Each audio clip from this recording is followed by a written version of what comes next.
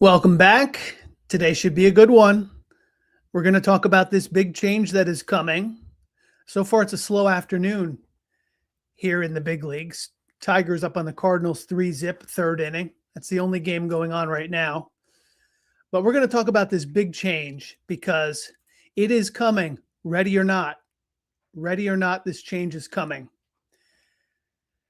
And we're going to talk about it. And we're also going to talk about how a baseball broadcaster should deal with it. Because once I explain what this change is, that's going to affect Major League Baseball. It's going to affect fans. It's going to affect players.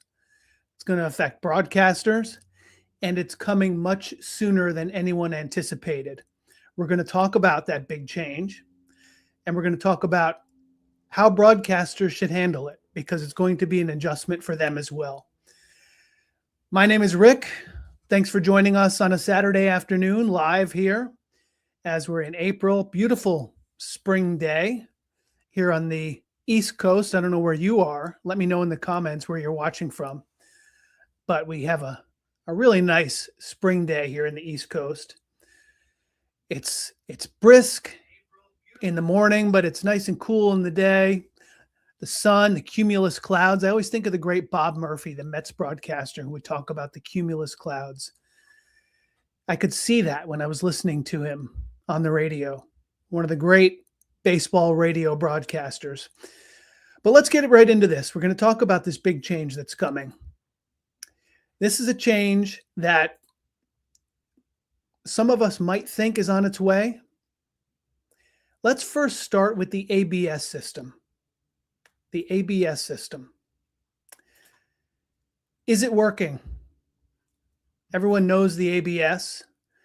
It's the automated balls and strikes system that Major League Baseball has used this year after it had been tested in the minor leagues. So the question is it working? Well, let's take a look. Let's watch this real quick. This was from yesterday.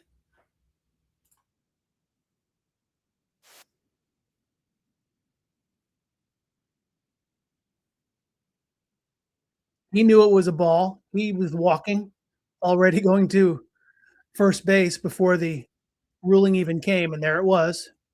It was a ball. He knew it.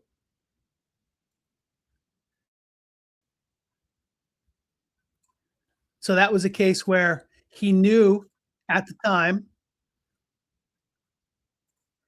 as the ABS system was doing its thing, he was so confident that he just kept on going to first base, and he turned out to be correct. And that brings us back to the question that I asked here. Is it working? Let's take a look first at some statistics of the ABS after a week. Some of these will be pretty surprising. After 1 week of the automated ball strike system, and again, we're going to talk about the ABS, and then we're going to discuss the change that's coming and how broadcasters can handle it. But after 1 week, 55%, they call it a 55% success rate of the ABS system for overturning calls. 55% success rate. All right, let's keep that in mind. Catchers have been the most effective, winning 60% of their challenges. Some teams have done better than others. The Minnesota Twins, 16 for 21 in their challenges. 16 for 21. So the vast majority of the time the Twins decide to challenge, they're correct. The Baltimore Orioles had the best percentage, 85%. The Cleveland Indians, they landed on the opposite end, only 16% winning their challenges. 11 teams were under 50%, and 5 teams were over 70%. So it's really been all around the map. But the biggest takeaways I took from some of the stats after 1 week, yes, catchers are most effective. But The number that I looked at was 55% of the time, calls were overturned. Now let's put that in perspective. That means if you've got every 10 challenges, more than half of them are overturned. I don't know about you, but I have been just flabbergasted at how many times the umpires have been incorrect. 55% of the time, the umpires have been incorrect. Now, my opinion after watching baseball for 40 years, more than that, my opinion was the human error was part of it, and that umpires are human, they're going to make mistakes. But my opinion was that it was on the edges. You'd have a mistake here, a mistake there. But for the most part, the umpires got it correct. 55% of the time, the umpire was wrong. 55. That means you flip a coin, more than 1 out of 2, they were wrong. And obviously, they're not every call is not challenged. Every single pitch is not challenged. But I was shocked. And I had to do the research to find the statistics after 1 week. But just by watching it, I can see it. I watch a game like this one here, 3-1 Tigers over the Cardinals in the 3rd inning. Only game going on right now. But I was amazed that they were incorrect as much as they have been. And I've had a chance to talk with a lot of umpires in my life, all in the professional ranks, both in the minor leagues and also major league umpires. I remember one game I was broadcasting in Oneonta, New York. The late, great Eric Gregg came up to my booth, which was perched atop of the stands. And he was a big guy, and you had to go up a ladder to get up to this broadcast booth. And Eric Gregg came up and spent a couple innings on the air.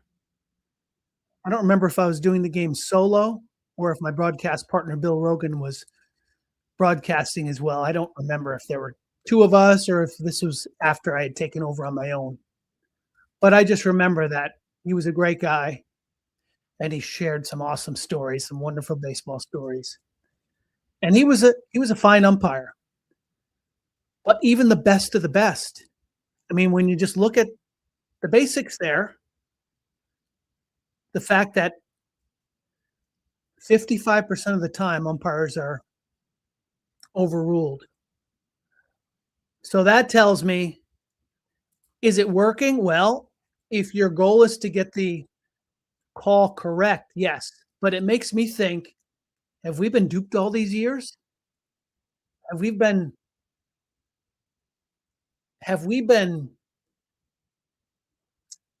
misled that much? 55% of the time? Here's some more feedback. This came from The Athletic. It's a learning process that's felt almost experimental, according to Chad Jennings of The Athletics. And here are some of the discrepancies. Diamondbacks only had 7 challenges. Twins had 26. The Indians, as I mentioned earlier, were only 2 for 12. They fell on the bottom end of that. The Orioles, 12 of 14, so they got it right a lot. It's a work in progress in most dugouts.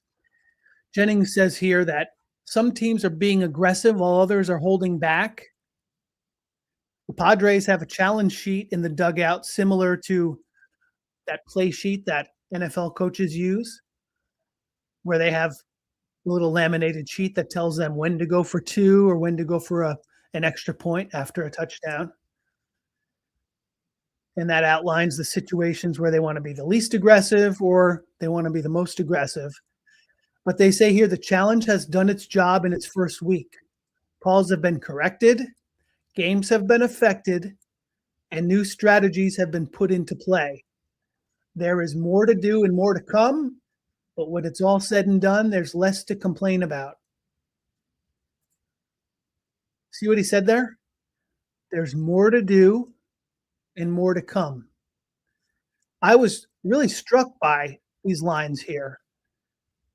Calls have been corrected, games have been affected, and new strategies have been put into play. Games have been affected, calls have been corrected. It has blown my mind just how radically different the ABS system has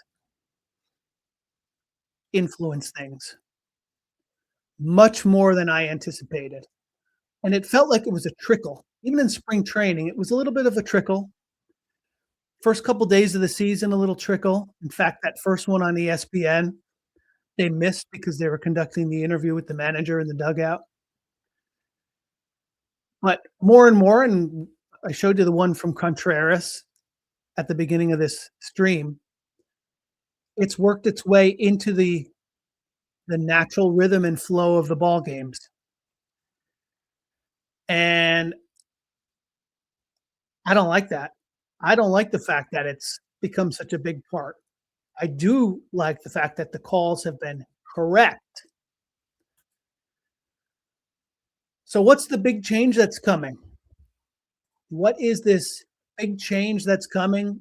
You saw it on the headline. You saw it on the thumbnail, the title. You're watching the live stream, or if you're watching it on the replay and you're watching it after the fact. And by the way, subscribe to the channel, will you please?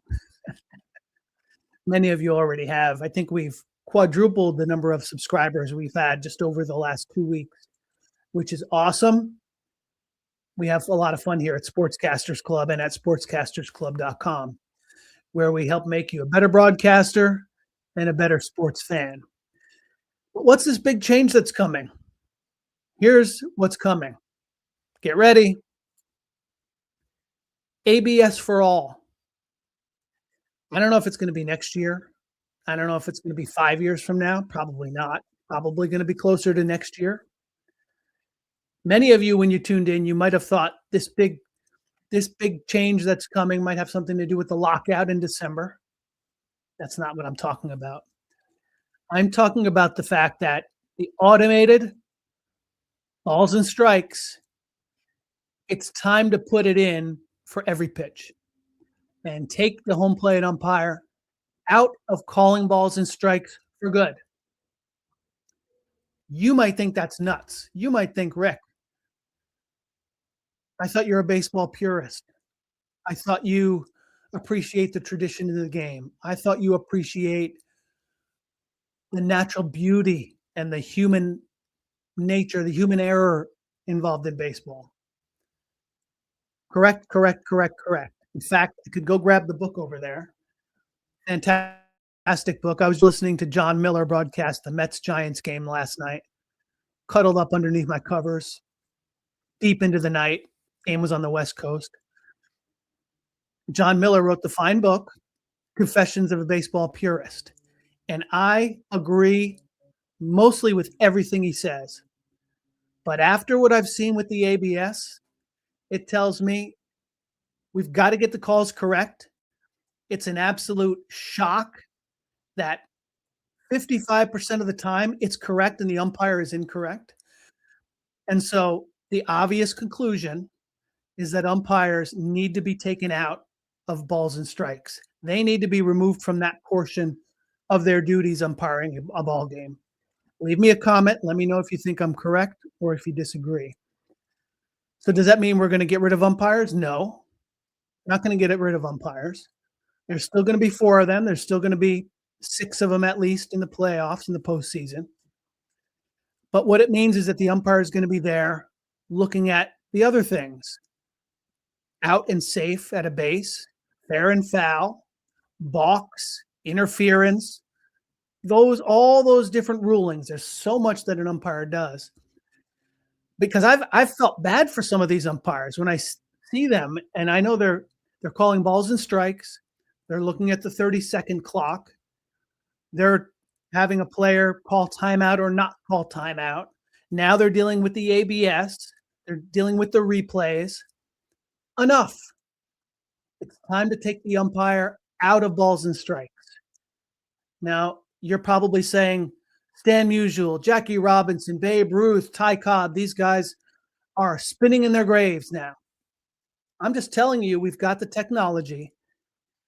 And although I don't think it has hindered my enjoyment of a game because it doesn't take that long, it takes 10 seconds for them to do the ABS review.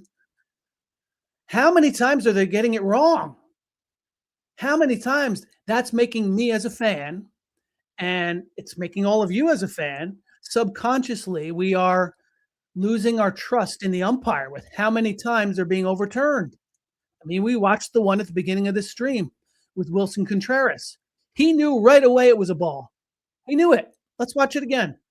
Let's watch it again before we go through, and we're going to talk about how broadcasters need to handle this challenge. It's very important. But let's take a look at Wilson Contreras again. All right? So there you saw it.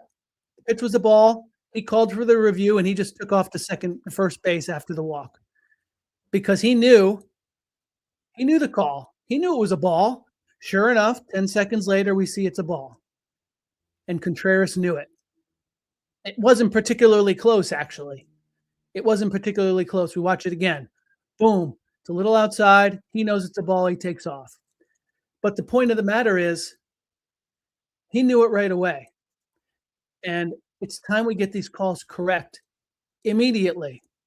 Take the umpires out of that. Let them handle all the other duties that they have. And I'll be honest with you, if you asked me, I mean, I was in professional baseball 7 years, called many, many games. If you would have asked me if I would have been a fan of automated strike zones, I would have told you no. And in fact, many of what baseball has done over the past couple decades, I've disagreed with. I don't like interleague play. You've always had it. It's called the World Series. I don't like these big pizza box bases instead of the smaller bases on the field. A lot of the things I don't like. Wild card has grown on me. Maybe I wouldn't have as many. That's grown on me a little bit. Okay. So it's here and there. For the most part, I disagree with the change. I don't like interleague play. I don't like Orioles, even though I love watching Connor Griffin yesterday, and I'll be watching Orioles Pirates today. The Orioles and Pirates should not be playing. It's just something's wrong with that. The Pirates are in the National League, Orioles are in the American League. But let's not get off on that tangent and get off my lawn, even though I'm not a boomer. But the point I'm trying to make about the ABS is it's coming. So how is a broadcaster supposed to handle this? How is a broadcaster supposed to deal with the fact that this major revolutionary change is coming to the game? Well, here's how they're supposed to handle it. I'm going to go back to the great Marty Glickman. Marty was awesome. We used to work with Marty Glickman every Tuesday at Fordham University in the 90s, broadcasting pioneer. And he had a great line that he would give us whenever we would get a little bit ahead of the officials. We would get ahead of the referees. We'd get a little bit ahead of an umpire making a call, and Marty would stop the tape. We would be doing this in a classroom, third floor of Keating Hall at Fordham University in the Bronx, Tuesday afternoons. And Marty would stop the tape and say, "Why did you say it looks like it's going to be this penalty, or it looks like it's going to be a holding, or you thought the runner was out? Why'd you say that?" And we would say, "Well, that was our opinion." And Marty, in his deep New York accent, would say, "It ain't nothing until the umpire calls it." And he was right. This was a Bill Clem quote, legendary baseball umpire. And he used to say, "It ain't nothing until I call it." And Marty would drill that into our minds when we were broadcasting games. He said, "Your job is not to, especially as a play-by-play broadcaster, which is what I was the majority of the time, my job is not to opine on what I think or what I assume or what could be or might be. My job as a play by play broadcaster was to bring my listener or viewer, put them next to me in the seat, let them hear and feel and see what I was seeing as if they were at the game, even though they were sitting at the beach listening to me on the radio. I wanted them to feel as if they were there and see what I was seeing. And therefore, as a fan would do, you're watching and waiting until the umpire, Bill Clem or Eric Gregg or whoever, makes a call. And that's when you're going to explain and report what you're seeing. And Marty would say, it ain't nothing until the umpire calls it or the referee calls it. Just like Bill Clem said, it ain't nothing until I call it. So that's how a broadcaster should handle it. With the ABS, pitch is on the outside corner, called a strike, and Contreras is going to challenge that.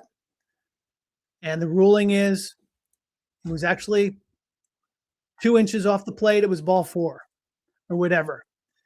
And that's how a baseball broadcaster should handle it now. And that's how they should handle it when eventually, as we've discussed for the last 21 minutes, ABS is going to be part of every single pitch. The home plate umpire is going to be taken out of the balls and strikes game, and the home plate umpire is going to be focused solely on other matters, and balls and strikes are going to be done by the technology. And as a broadcaster, mainly I'm talking about as a play-by-play broadcaster, we are there to explain what we're seeing, explain, report like journalists. That's such an overused term nowadays because it implies impartiality when we all know, especially in the news world, they all have a bias. It's not impartial.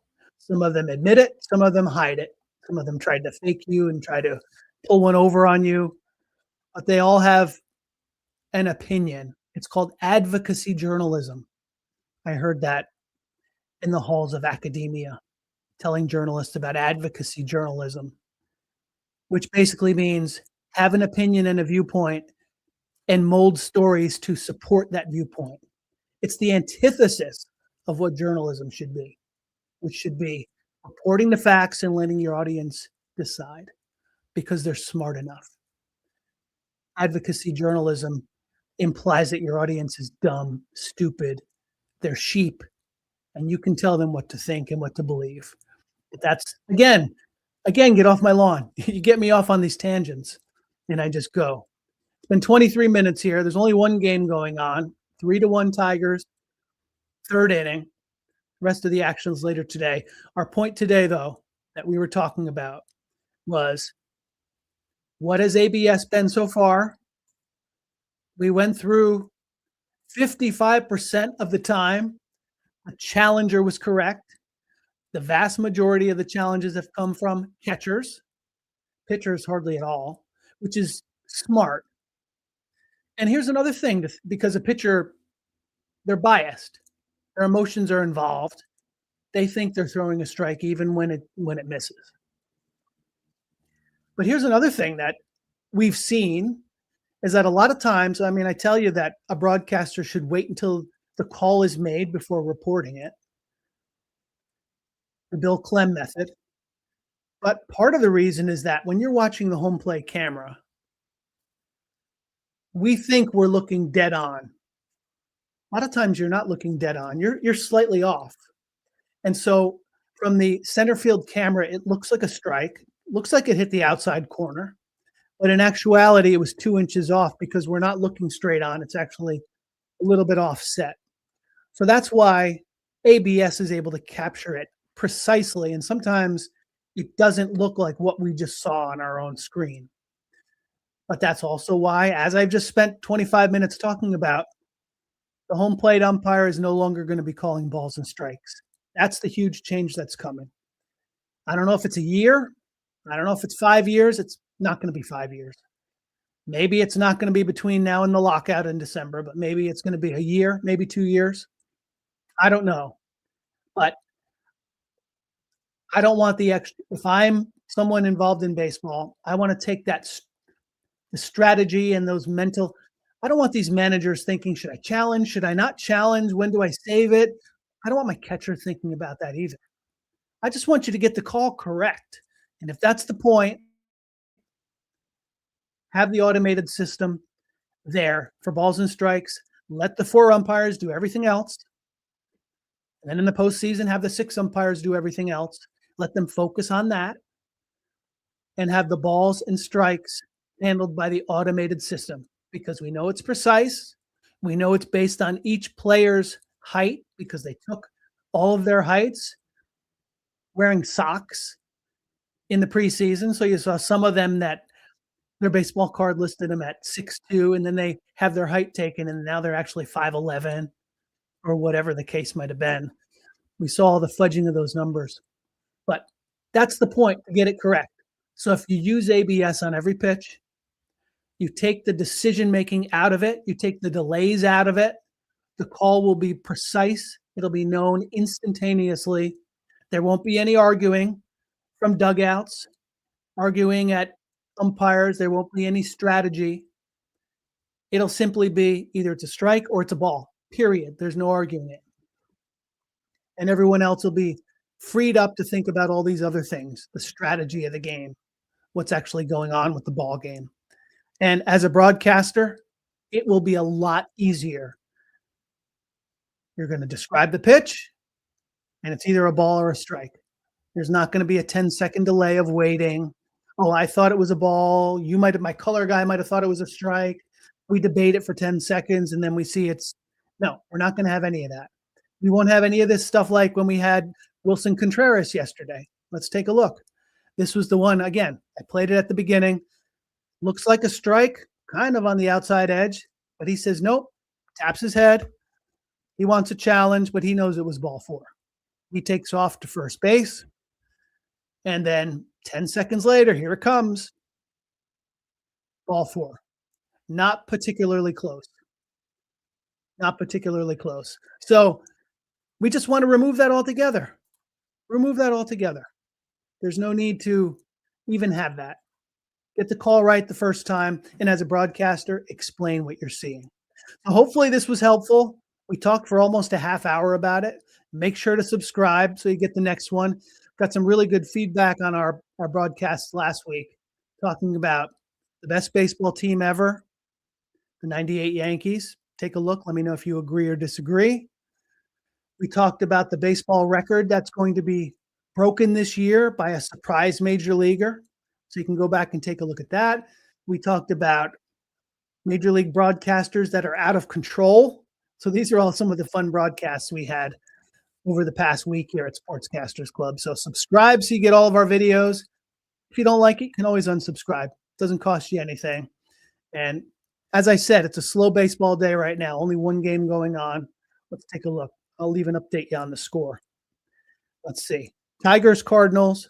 They're playing in Detroit. And let's see what the score is now. Last I checked, it was 3-1 Detroit, third inning. And right now it's 6-1 Detroit, fourth inning. So Tigers handily up in that one. Got a full slate of games later today. And we've got some fun stuff coming up for you here at Sportscasters Club. Again, my name is Rick. If you have any comments, leave me comments here. I try to answer everyone. It's been a pleasant Saturday afternoon. Thanks for being here. Nice to meet you. And we'll catch you next time. So long.